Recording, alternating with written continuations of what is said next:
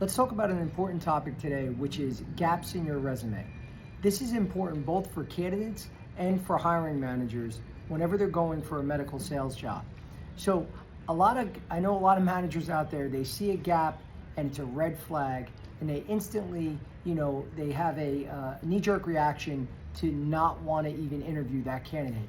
And that's definitely the wrong approach, guys. I mean, things happen in life where, candidates, you have gaps.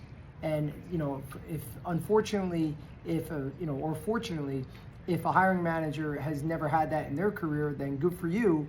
But the average person out there, has gaps because sometimes life takes over. It could be health related. It could just be, just the unfortunate circumstances that it's tough to get a job.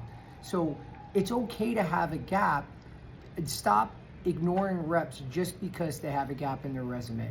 Hear their story first. Because to me, I think it just makes them more who they are, and it is part of their story. So don't just give up on them just because they have a gap. Now I understand there's times when you see on the flip side, when reps have, over a year that they haven't been working, and then you speak to one of the candidates and then they tell you, well, they took another role in a slightly different, industry, or it may not have been a sales capacity, and they don't want to put it on their resume. Don't do that too, guys. Put whatever you were doing down, because it's okay to pivot in your career, because sometimes it's hard to get a job and you need to make money. But to see that without listening to your story and seeing a resume come across where someone's been out of work for a year and a half, and they have 10 years of experience in the industry, all of a sudden now they're not working for a while, it's a huge red flag. So it's okay, put that job down, that whatever you were doing for the interim, and just simply explain. Again, it's part of your story that, you took this for now, but you always wanted to get back into the industry.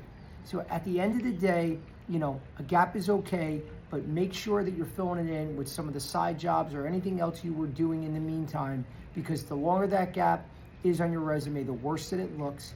And final message to hiring managers, don't give up on those candidates because they still have the experience. A lot of them, even though it could be a couple years out, they still have those physician relationships.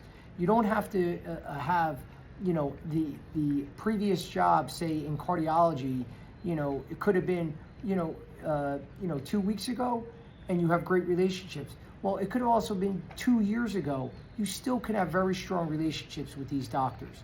Good reps have those lifelong relationships where the doctors don't forget the service that they gave them and their staff and their patients.